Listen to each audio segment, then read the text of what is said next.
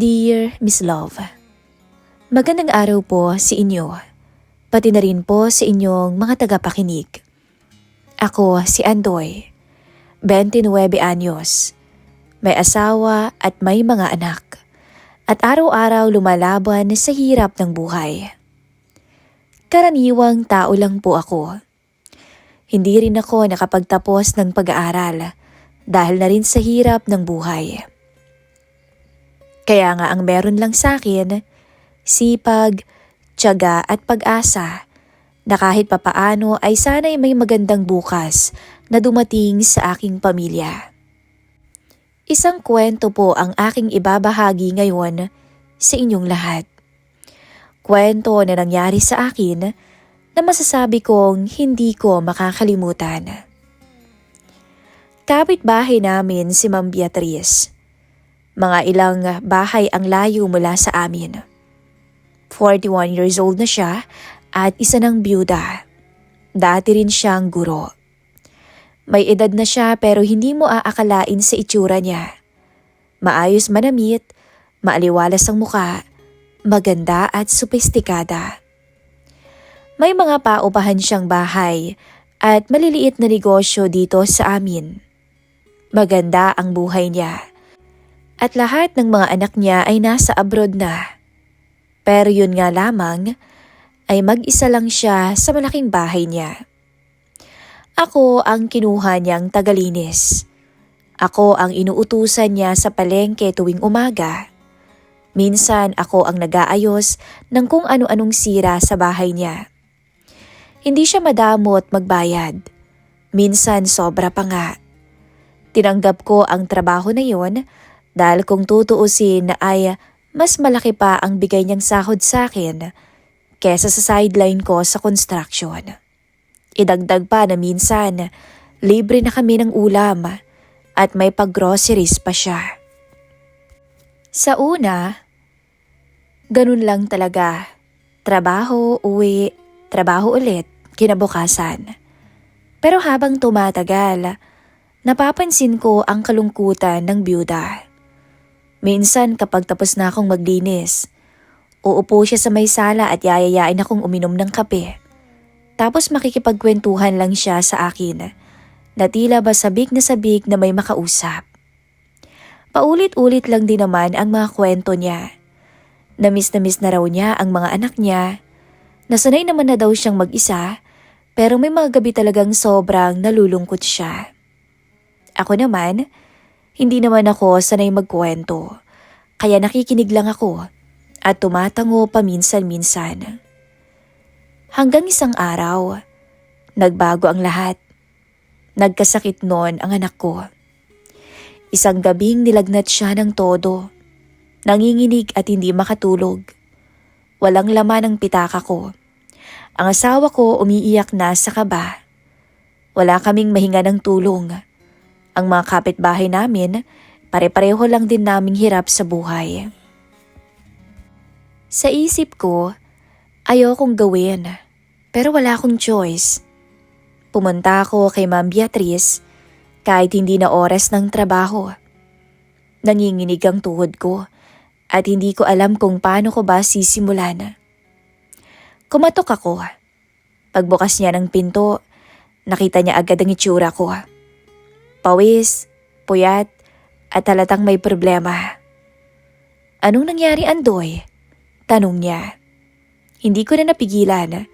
Sinabi ko na lahat tungkol sa anak ko, sa problema ko. Tahimik siyang nakinig. Maya-maya'y pumasok siya sa loob at bumalik dala ang sobre. Tapos inabot niya sa akin. Dalhin niyo na agad sa ospital, sabi niya. Gusto kong lumuhod sa pasasalamat. Gusto kong sabihin na babayaran ko rin kaagad na magtatrabaho ako ng doble. Pero bago ko makapagsalita, nagsalita siya ulit. Pero Andoy, pwede ba akong makiusap? Kahit wag mo nang bayaran. I mean, bayaran mo na lang ng ibang kapalit. Doon ako napatigil. Tumingin siya sa akin ng diretso. Hindi siya nakangiti. Hindi siya nagbibiro. Parang guro pa rin na may otoridad ang boses. Pero ayokong pilitin ka. Pwede kang tumanggi. Dagdag niya. Hindi ko agad naintindihan kung ano talagang tinutukoy niya. Hanggang sa lumapit siya ng kaunti. At sapat na ang kaunting distansya para maramdaman ko na mabigat na ang sitwasyon. Matagal na akong mag-isa, Andoy. Sabi niya ng mahina. At alam kong may asawa ka. Alam kong mali ang mga sinasabi ko. Kaya nasa iyo ang desisyon. Gusto ko lang talaga ng lalaking magpapasaya ngayon sa akin. Parang gumuho ang mundo ko. Sa isang banda, may asawa ako. At sa kabilang banda, may anak din akong nangangailangan ng pera, ng tulong. Malaki ang halaga na nasa sobre. Pero may kapalit na alam kong hindi ko dapat ibigay. Sige na, tsaka mo na ako sagutin. Yun ang huling sinabi niya. Lumabas ako ng bahay niya na parang lutang, dala-dala ang sobre. Ginamit ko ang pera para sa anak ko. Bumuti ang lagay niya, nakahinga ako ng maluwag, pero kapalit noon, hindi naman ako pinatulog sa kakaisip. Kinabukasan, pumasok ako ulit sa trabaho na parang may mabigat na nakasabit sa dibdib ko. Maaga pa lang, nandoon na ako sa bakura ni Ma'am Beatrice. Tahimik ang paligid gaya ng dati, pero parang mas ramdam ko ang katahimikan ngayon kaysa dati. Binuksan niya ang pinto at sinalubong ako ng magandang ngiti. Nakasando siya noon ng itim. Litaw na litaw ang kaputian niya, na kahit may edad na, ay mapapalingon ka pa rin sa kanya. Hindi niya binanggit ang nangyari noong nakaraang araw. Andoy, sabi niya, may ipapagawa ko sa iyo ha? Itinuro niya ang isang silid sa dulo ng pasilyo. Matagal na raw yung hindi nagagamit. Tinambakan na ng kung ano-anong mga gamit. Lumang kabinet, kahon na puno ng libro, sirang mga electric fan, at mga damit na hindi na naisusuot. Baka dumating ang mga anak ko sa isang buwan. Gusto kong maayos at malinis yan. Wika niya na masiglang-masigla ang boses. Tumango lang ako. Mas mabuti na nga rin may ginagawa ako kaysa mag-isip ako ng kung ano-ano. Pagbukas ko ng silid, sinalubong ako ng alikabok at amoy ng luma. Binuksan ko ang bintana para pumasok muna ang hangin. Kahit umaga pa lang, napakainit na kaagad. Pawis na pawis ako habang nagbubuhat ng mga kahon at nagwawalis ng sahig. Ilang oras ang lumipas.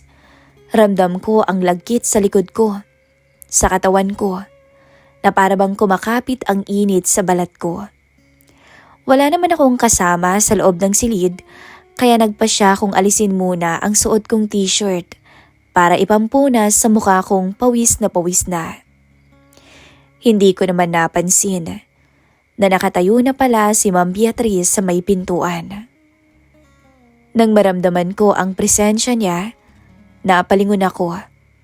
Napatigil siya sa paglalakad at hindi siya nakapagsalita kaagad. Napatingin lamang siya sa akin. Hindi naman bastos ang tingin niya pero diretso na para bang may iniisip. Mainit ho, sabi ko. Napilit na binabasag ang katahimikan. Tumango siya at lumapit ng kaunti. Kita ko sa mga mata niya ang isang bagay na hindi ko maipaliwanag. Lungkot o pananabik. Magpahinga ka muna, sabi niya. May merienda na sa labas. Pumunta ka na roon. Lumabas ako ng silid. Kumain sandali at uminom. Pero hindi pa rin mawala ang tensyon. Ramdam ko yon sa bawat kilos namin na parang may inaantay.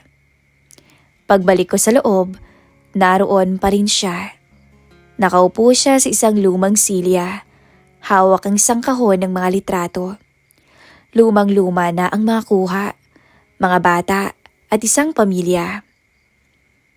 Sila ang mga anak ko. Sabi niya na parang kinakausap ang sarili. Dito sila lumaki. Tahimik lamang akong nakatayo sa gilid. Hindi ko alam kung dapat ba akong makialam o magsalita. Maya-maya, tumingin siya sa akin ng direkta. Walang paligoy-ligoy. "Andoy," sabi niya. "Naalala mo ba yung sinabi ko sa'yo nung nakaraan?" Biglang bumikat ang dibdib ko.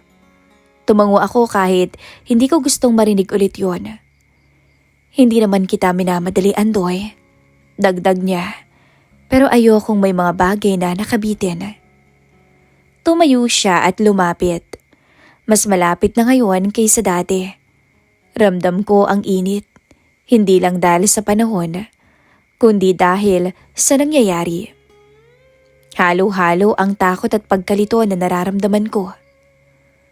"Kung pwede," sabi niya ulit ang mahina, "ngayon mo na ako bayaran." Parang huminto ang oras. Hindi naman niya ako hinawakan, pero malinaw ang ibig niyang sabihin. At malinaw din sa akin na nasa akin ang desisyon. Naalala ko yung pera, ang pagiging mabait niya sa akin, pati na sa pamilya ko. Huminga ako ng malalim. "May asawa ho ako eh," halos pabulong kong sabi. Tumango siya. "Kaya nga sa atin lang dapat. Hindi naman kita inaagaw. Gusto ko lang sumaya. At gusto ko lang mapunan pa ang pangangailangan ko. Alam ko naman marami dyan na pwede kong bayaran. Pero ikaw ang gusto ko, Andoy." Tumingin siya sa akin, mula ulo hanggang paa. Tapos pababa ulit at huminto sa ibaba. "Matagal na akong biyuda, Andoy. Kaya mo bang pasayahin ang biyudang katulad ko?" Tahimik kaming nagkatitigan. Maya-maya lumapit ako ng kaunti. Hindi ko nga alam kung saan ako humuhugot ng lakas ng loob noon. Tapos hinawakan naman niya ang braso ko. At nung mga sandaling yun, nakaramdam na rin ako ng kakaiba. At sa pagdampi ng kamay niya sa braso ko, nakaramdam ako ng libo-libong kuryente. Init at apoy ang lumukob sa katawan ko. Kaya ko naman ho, Ma'am Beatrice. Kaya ko hong pasayahin ang katulad mo. Kung ganon, sige nga, umpisahan mo. Dahil malaki-laki yung bonus na ibibigay ko sa'yo kapag nagawa mo yon." Sa sinabi niyang yon, nabuhayan pa ako lalo. Hindi naman sigurong malalaman ng asawa ko ang gagawin ko. Mainam na rin nang makaipon naman ako kahit kaunti ng panghanda sa nalalapit na kaarawan ng bunso kong anak. At sa mga isiping yun, doon lalong tumibay ang kagustuhan kong mapasaya ang byuda. Hinalikan ko siya sa may labi niya. Mabango ang hininga niya. Mabango rin ang katawan niya, na para bang pinaghandaan niya ang araw na ito. At sa mga sumunod na oras, sa bakanteng kwartong yun, sa tambakan ng mga gamit, doon ko pinunan ang pangangailangan ni Ma'am Beatrice. At doon ko unang naramdaman na hindi lang katawan ko ang nadadala ng sitwasyon, kundi pati ang puso ko. Umuwi ako nung araw na yon na may laman ng bulsa ko. Hindi lang basta laman, malaki-laki. Mas malaki kaysa sa kinikita ko sa ilang buwang paghahanap buhay. Mabigat ang sobre sa kamay ko. Pero tila mas mabigat ang pakiramdam sa dibdib ko. Pagdating ko sa bahay, sinalubong ako ng asawa ko na may ngiti. Hindi niya alam kung saan galing ang pera. Sinabi ko na lang na may sideline akong nakuha. May inayos akong matagal nang sira sa bahay ng amo ko. Hindi na siya nagtanong pa. Mas mahalaga sa kanya na may pambili kami ng gamot, pagkain at pambayad na rin sa utang. Nang gabing yun, mahimbing ang tulog ng mga anak ko. Nakahiga ako sa tabi ng asawa ko, nakatingin sa kisame. Hindi kasi ako makatulog. Paulit-ulit sa isip ko yung nangyari. Gusto kong kalimutan.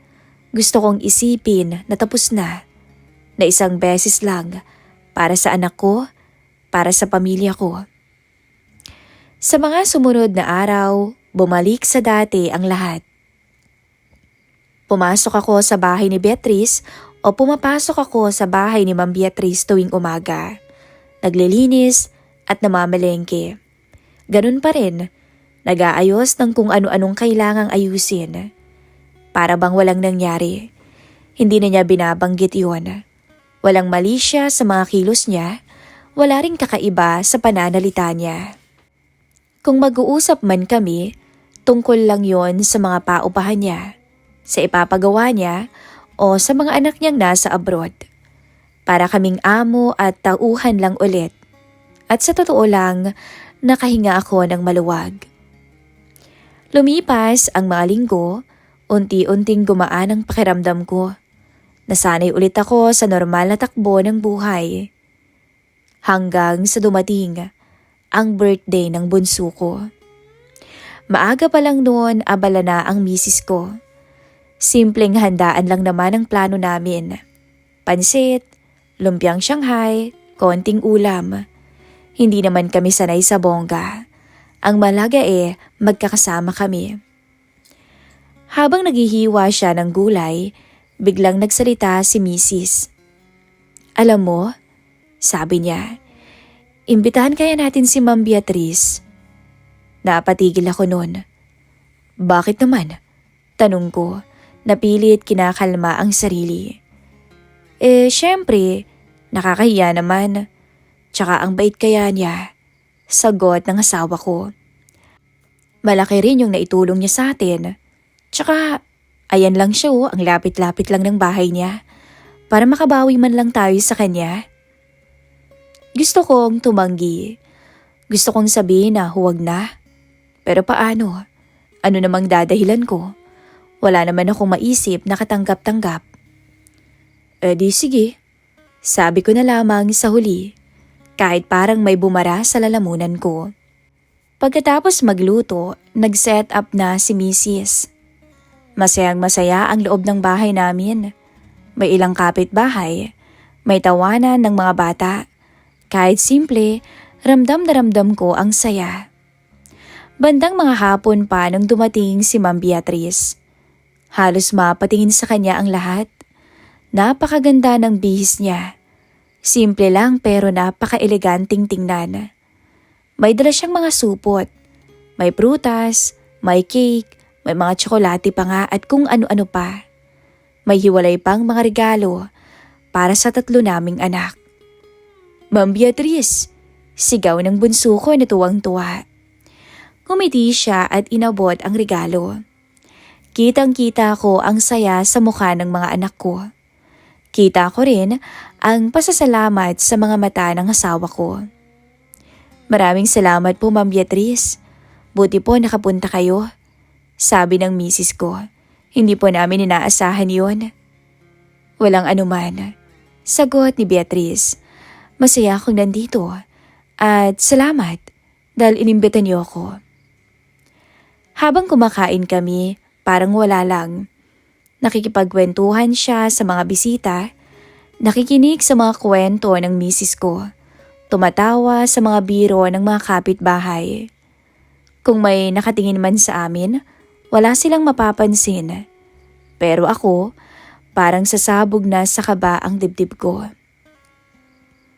Nung gumabi na at paalis na ang ilan sa mga bisita, nagpaalam na rin si Ma'am Beatrice na alis na. Medyo madilim na rin sa labas at wala namang masyadong ilaw sa kalsada. Hatid mo na kaya si Ma'am Beatrice Lakay, sabi ng asawa ko. Delikado na gabi na. Bago pa ako makatanggi, sumang-ayon naman si Ma'am Beatrice. O sige Andoy, kung hindi ka naman maaabala, sabi niya.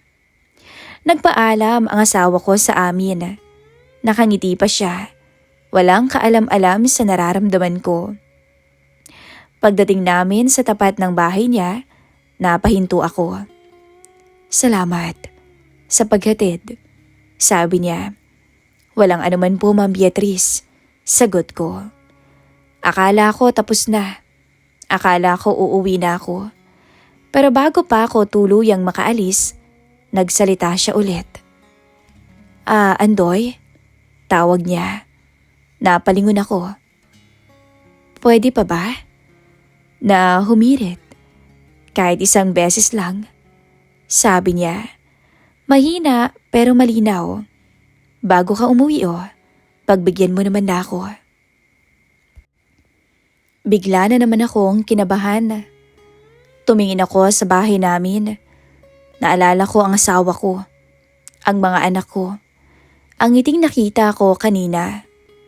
Alam kong mali, alam kong dapat akong tumanggi, pero nandoon na naman ako sa sitwasyong hirap na hirap akong humindi pagdating sa kanya. Sandali lang po mama, baka kasi hanapin na ako ni Bianca. Sabi ko, na halos hindi ko na marinig ang sarili kong boses. Pumasok na kami sa loob ng bahay niya. At doon, muling naganap ang hindi dapat. Kitang-kita ko sa mga mata niya na nasatisfied siya, na para bang bumalik siya ulit sa pagkabata. Pagkatapos noon, hingal na hingal kaming pareho. Binigyan niya ulit ako ng pera. Hindi ko na tiningnan kung magkano. At syempre hindi ko na rin tinanggihan pa. Umuwi ako ang tahimik. Pagkapasok sa bahay, naghihintay ang asawa ko doon na busy pa rin sa pag-aayos ng kalat. Nagpaalam na ako sa kanya na mauuna na akong matulog. At doon, sa dilim ng kwarto namin, ramdam kong unti-unti na akong nilalamon ng konsensya. Alam kong hindi na ito matatapos sa isang beses lang. At sa kauna-unahang pagkakataon, natakot ako. Hindi dahil sa hirap ng buhay, kundi dahil sa sarili kong kahinaan. Mabilis lumipas ang mga araw at buwan. Hindi ko na malayan, isang buwan na palang nakararaan. Dumating na kasi ang mga anak ni Ma'am Beatrice mula sa abroad. 3 silang sabay-sabay na umuwi. Punong-puno ng tawanan ang bahay, puno ng bisita, puno ng ingay na matagal nang nawala sa loob ng bahay ni Ma'am Beatrice. Mula umaga hanggang gabi, abala ko. Ako ang palaging inuutusan sa pamamalengke, pagbubuhat ng mesa, pag-aayos ng silid, pati na rin sa paglilinis ng bakuran. Halos araw-araw kasi may handaan na para bang gustong bumawi ni Ma'am Beatrice sa mga panahong wala ang mga anak niya. Hindi na kami nagkausap ng masinsinan. Lagi kasing may tao, laging may nakatingin. At sa totoo lang, nakahinga ako ng kaunti. Para bang nabigyan ako ng pahinga mula sa bigat ng lihim naming dalawa. 2 linggo ang tinagal ng mga anak niya. 2 linggong pagod pero maayos ang lahat. Walang nangyaring kakaiba. Hanggang isang umaga, habang nag-aayos ako ng mga pinamili sa kusina, tinawag ako ni Ma'am Beatrice. Andoy, sabi niya, halika muna dito. Sumunod ako. Nasa sala siya noon at nakaupo. May sasabihin ako. Dagdag pa niya. Akala ko may ipapagawa na naman siya o may ipapabili pa. Pero iba ang tono ng boses niya na para bang may lungkot, para bang may mabigat. Isasama na nga pala ako ng mga anak ko. Bigla akong napatigil. Matagal na pala nilang inaasikasong papeles ko. Ayaw lang nila akong biglain. Dugtong niya. Hindi ako agad nakasagot. Hindi ko alam kung ano bang dapat kong maramdaman. Gulat, lungkot, gaan, ewan, halo-halo. Kailan ho? Tanong ko sa huli. Sa pag-alis nila sa 1 linggo, sagot niya. Tumango na lamang ako. Hindi ko alam kung dapat ba akong magpasalamat o manghinayang. Sa isip ko, baka ito na ang katapusan ng lahat. Baka ito na ang pagkakataon kong tuluyang makabalik sa tamang landas. Sa mga sumunod na araw, mas naging abala pa kami. sa pag-aayos ng gamit. Parang gusto niyang siguraduhin na may iwan niya ang lahat sa maayos na kalagayan. Isang gabi, matapos umalis ang mga anak niya para mamasyal, naiwan muna kaming dalawa sa bahay. Tahimik nun, masyadong tahimik. "Andoy, salamat sa lahat ah," sabi niya habang nakaupo sa mesa. "Hindi ko alam kung paano ko kakayanin ang mga nakaraang buwan kung wala ka." "Walang anuman po yun, Ma'am Beatrice," sagot ko. Ngumiti siya noon pero may lungkot sa mga mata niya. "Alam ko, marami tayong hindi dapat ginawa. Dahil alam kong may pamilya ka," sabi niya. Hindi ako sumagot. Nanatili akong nakayuko lamang. "Pero bago ko umalis," dagdag niya, "may hihilingin pa sana ako eh." Alam ko na agad kung ano yon. Isang beses ulit. Hindi na para sa pera, kundi para na sa alaala. Huminga ako ng malalim. Sa totoo lang pagod na ako. Pero hindi ko rin maitanggi na may parte sa akin na ayaw pang matapos yun. At doon, sa katahimikan ng gabi, yun na ang huling beses na may nangyari sa amin ni Ma'am Beatrice. Hindi ko na ikukuwento ang lahat. Ang mahalaga, matapos yun, pareho kaming tahimik at pareho kaming nakontento. Araw ng Martes, nung umalis sila Ma'am Beatrice kasama ang mga anak niya, maaga pa lang nasa labas na ang mga sasakyan. Bago siya tuluyang sumakay, lumapit siya sa akin. "Paano, Andoy? Ikaw nang bahala dito sa bahay ko ha?" Sabi niya. "Magbibigay na lang ako sweldo buwan-buwan. Alagaan mo to, lagi mong linisin, okay?" Nagulat ako sa sinabi niya. Malaki-laki rin kasi ang binanggit niyang halaga ng sahod ko. Sapat na sapat para sa pamilya ko. "Salamat po," sabi ko na halos hindi makapaniwala. Tumayo siya, ngumiti at tuluyang umalis. Mula noon, ako na ang naging bantay ng bahay niya. Ako na ang naglilinis, ako ang nag-aayos ng paupahan niya. Ako ang tumatanggap minsan ng upa. Maayos naman ang lahat. Hindi na kami hirap. Unti-unting gumaan ang buhay namin dahil kay Ma'am Beatrice. Pero kahit naging maayos ang lahat, may mga gabing bumabalik sa isip ko si Ma'am Beatrice. Ang katahimikan ng bahay niya, ang mga usapan namin dati. Lumipas ang 1 taon, hanggang ngayon, hindi ko pa rin siya nakakalimutan. Ang balita ko nga sa kanya, ngayong taon daw ay babalik sila para magbakasyon. Kaya eto ako. Todo ayos ako ng bahay. Lahat ng sira inaayos ko. Lahat ng alikabok nililinis ko. Parang gusto kong ipakita na tinupad ko ang tiwala niya. Ang hindi ko lang alam, kapag nagkita ulit kami, magiging amo at caretaker na lang ba kami o hihirit pa rin ba ang nakaraan? Hindi ko alam ang sagot. Ang alam ko lang, may mga alaala talagang kahit gaano katagal ang lumipas, hindi mo basta-basta mabubura. At iyon ang lihim na habang buhay kong dadalhin. Hanggang dito na lamang po, Miss Love, ang aking maiksing kwento. Maraming salamat po sa pag-share ng istoryang ito. Muli, ako po si Andoy.